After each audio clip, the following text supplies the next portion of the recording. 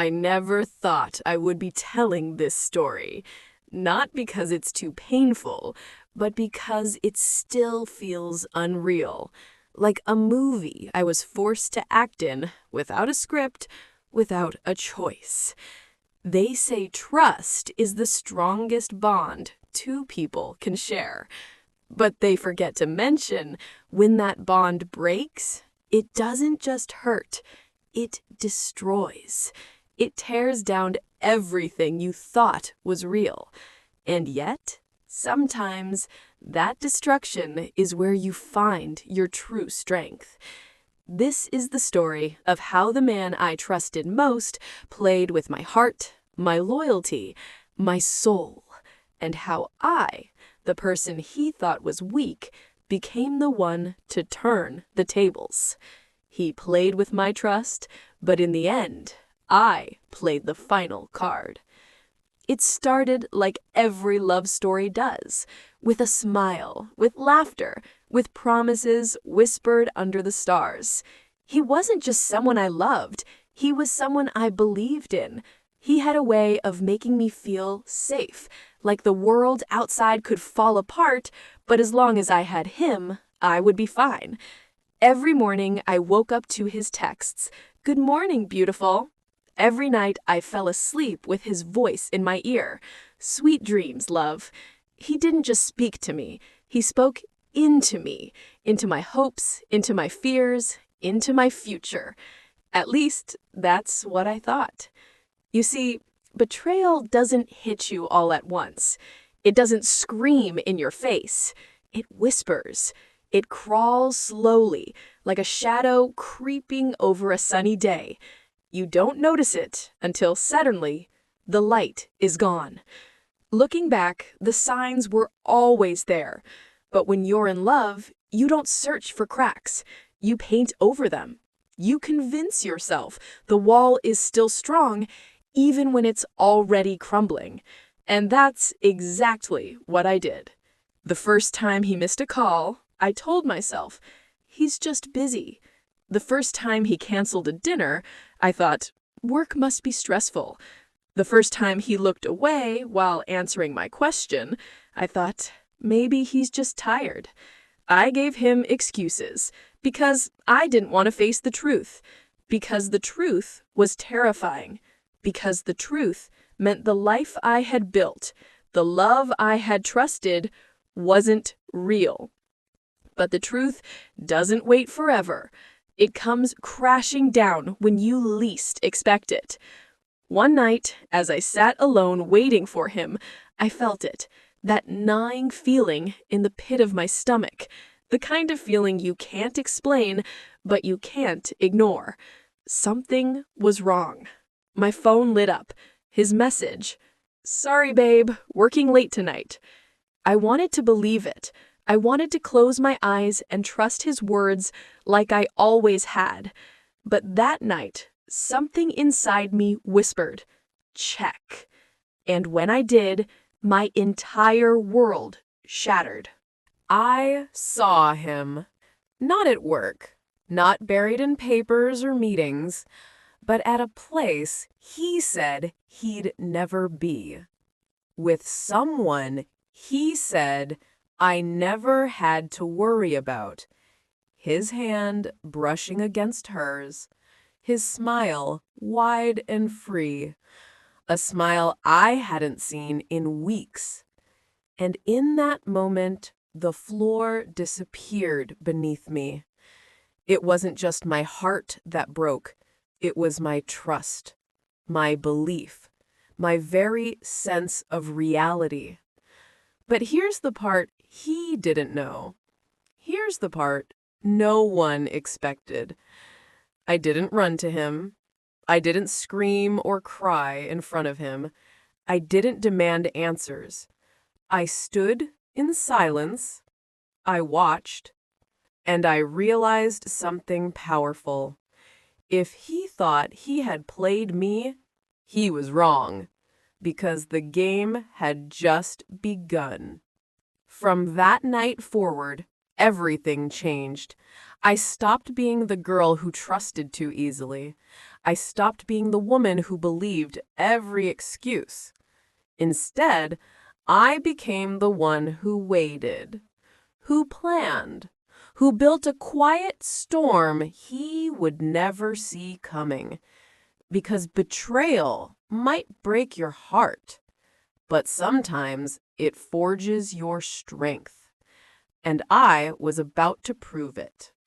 In the beginning, love looked effortless. Our days were filled with laughter, little surprises, long conversations that stretched until the night blurred into morning. He wasn't just my partner, he was my safe place. With him, I could be vulnerable. I could share my fears, my dreams, even the secrets I never dared tell anyone else. And he held them close, like they were treasures he promised never to lose. To the outside world, we looked like the perfect couple. Friends would say, "You two are goals." Family would smile and whisper, "Finally, someone who deserves you." And I believed them. I believed him. Every small gesture felt like proof of his love. The way he brought me coffee without asking, the way he held my hand in public, the way he remembered the little details about my childhood, my favorite songs, my silly habits. Looking back, I realize now it was all part of the illusion, a carefully built mask worn so well that even I couldn't see the cracks. At first, the excuses were harmless. He was late because of traffic. He missed dinner because of work. He didn't answer because his phone died. Little things, small enough for me to dismiss, because isn't that what trust means? Believing the best, not the worst. So I trusted. I forgave. And every time my heart whispered, "Something feels wrong," my mind silenced it with, "Don't be paranoid, he loves you." But trust, once tested, doesn't return whole. It carries scars, and mine were beginning to show. The people around us still saw perfection, but I started noticing the silences, the way he would look at his phone and smile, but not share the joke, the way his hugs grew shorter, his eyes less steady when they met mine, the way my laughter didn't light up his face anymore. It was like watching someone slowly disappear, piece by piece, while still standing right in front of me. And yet I held on, because letting go meant admitting that the love I believed in wasn't real. It began with intuition, that quiet voice in your chest that whispers when something is off. At first, I ignored it, but the whispers grew louder. Why did he suddenly need to work late so often? Why did his phone never leave his pocket, even when we were home together? Why did he seem distant when I asked him about his day, as if he was replaying someone else's story in his head? The questions haunted me, but instead of confronting him, I confronted myself. Was I overthinking? Was I insecure? Was I imagining shadows where there was still light? He fed those doubts. "You're being dramatic. You know I'd never lie to you. Don't you trust me?" And I hated myself for doubting, because trust wasn't supposed to feel like this. One night, as I scrolled through our old messages, I realized something painful. The man who used to write paragraphs about how much he missed me now barely texted at all. The man who once called me just to hear my voice now went hours without a word. It wasn't silence. It was an absence. The kind of absence that fills a room even when the person is sitting right beside you. And still, I stayed, because hope is stubborn, because love is blind, because I wasn't ready to face the truth. But then the signs grew undeniable. One evening, his phone lit up while he was in the shower. I didn't touch it. I didn't need to. The name on the screen was enough. A name I recognized. A name he had once brushed off as just a friend. My heart raced. I told myself, don't jump to conclusions. But the pit in my stomach told me otherwise. When he came out, I asked casually, "Who's been texting you?" He froze for half a second, just long enough for me to see the guilt flash in his eyes. Then he smiled, too quickly. Just a friend from work. And that's when I knew. I didn't need proof. I had his hesitation. I had his lies. The night it all came crashing down wasn't planned. It wasn't dramatic. It was quiet. Almost too quiet. We were supposed to have dinner together, but as usual, he texted, "Working late, don't wait up." Something inside me snapped. Not in anger, but in certainty. I knew this wasn't about work, and I knew where to find him, so I went. When I arrived, I saw him instantly, not at the office, not alone, but at a restaurant across town, laughing, leaning closer to her than he ever leaned toward me in weeks. His hand brushes hers across the table. She giggled, and the sound stabbed me deeper than any scream could have. In that moment, everything around me blurred. The lights, the people, the noise, it all disappeared. All I could see was them. My chest tightened, but no tears came. Just silence. Because sometimes betrayal doesn't make you cry. It makes you cold. I didn't confront him. Not then, not there. Because I realized something important. He thought he was clever. He thought he had outsmarted me, hidden his secrets, protected his lies. But he was wrong. That night, as I walked away unseen, I made a decision. I wouldn't just leave him. I wouldn't just expose him. I would let him trap himself. He thought he had played his final move, but the truth was the game had only just begun, and when it ended, I would be the one holding the final card. The moment I walked away from that restaurant, something inside me changed. I wasn't the broken girl he thought I was. I wasn't weak. I wasn't helpless. No, I was awake. For weeks, I had been doubting myself, questioning my worth, and wondering if I was enough.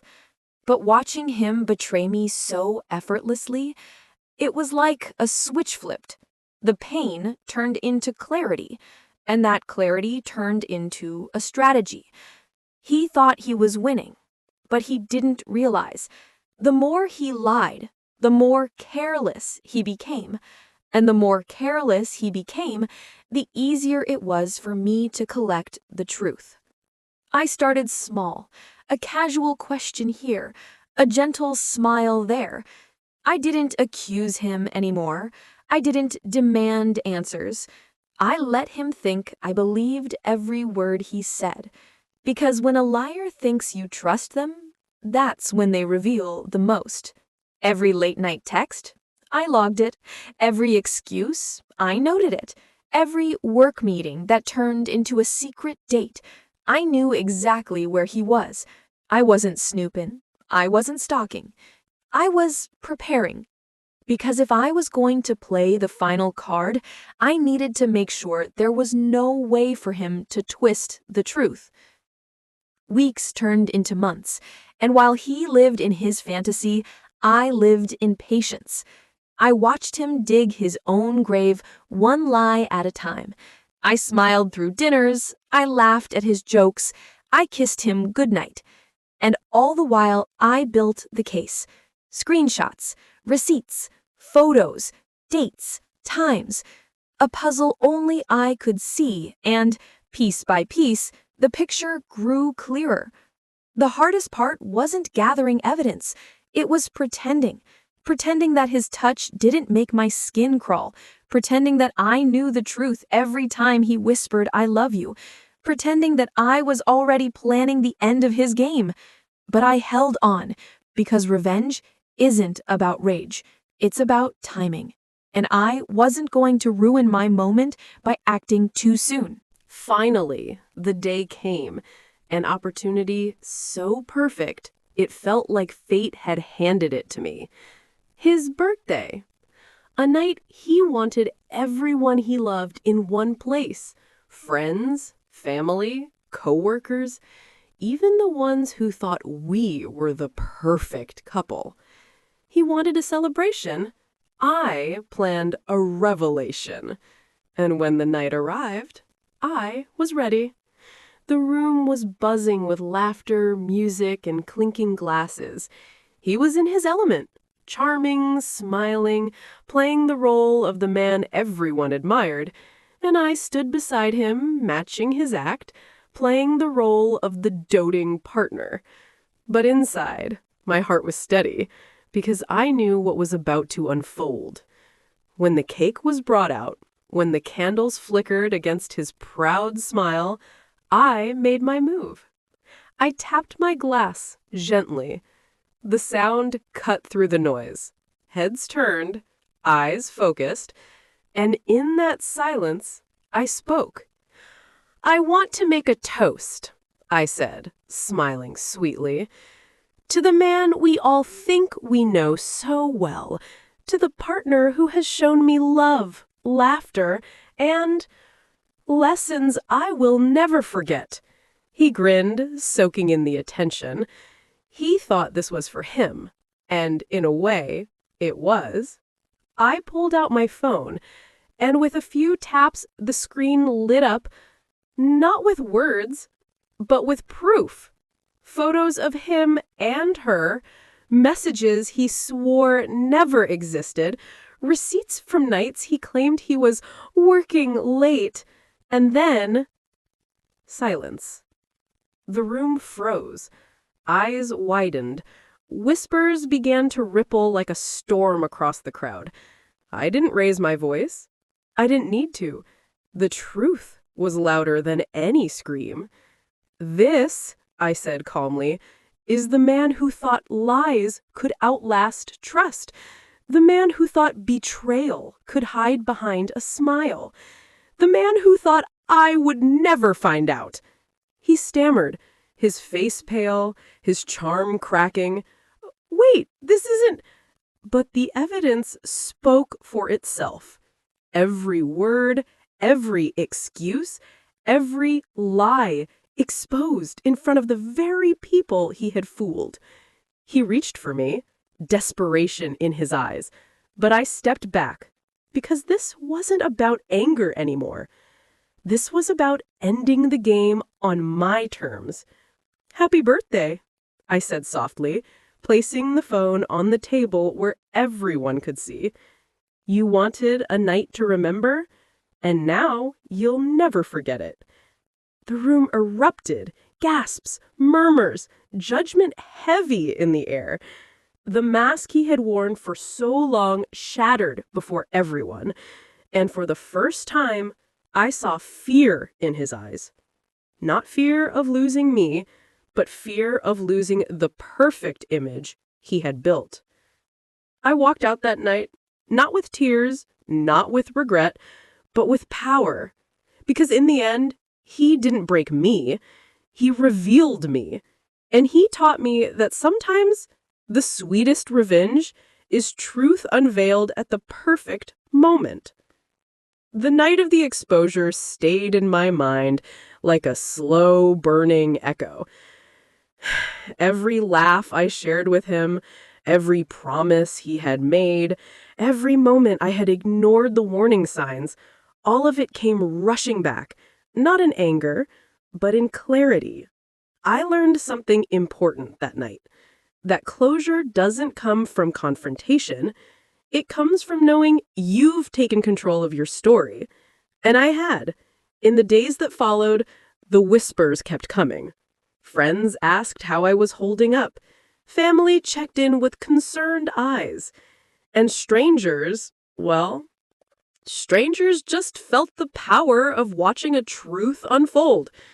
But I didn't speak much, because there was nothing to say. The truth had spoken for me. He tried to reach out.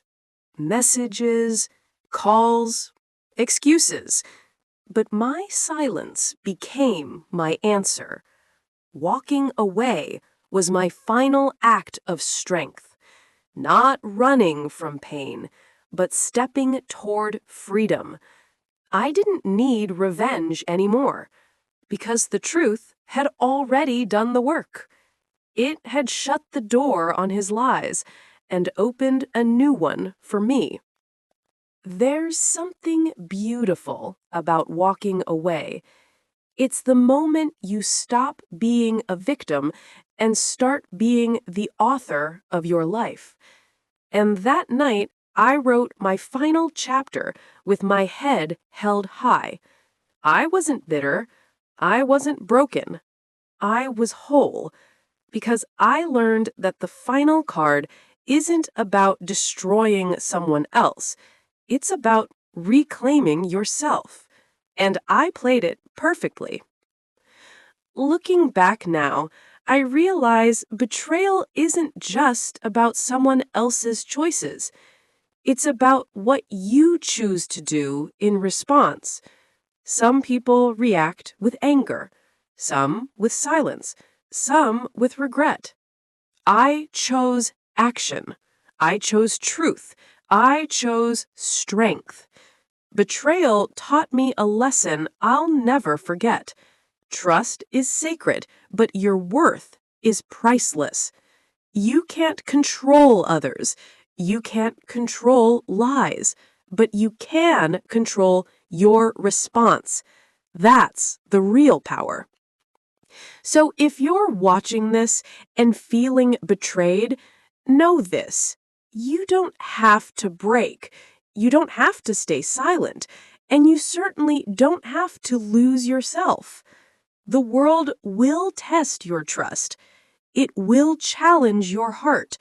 But your revenge doesn't have to be loud or cruel. Sometimes the strongest revenge is simply walking away, wiser, stronger, and free. Because the final card is always yours to play. And for me, I played it perfectly.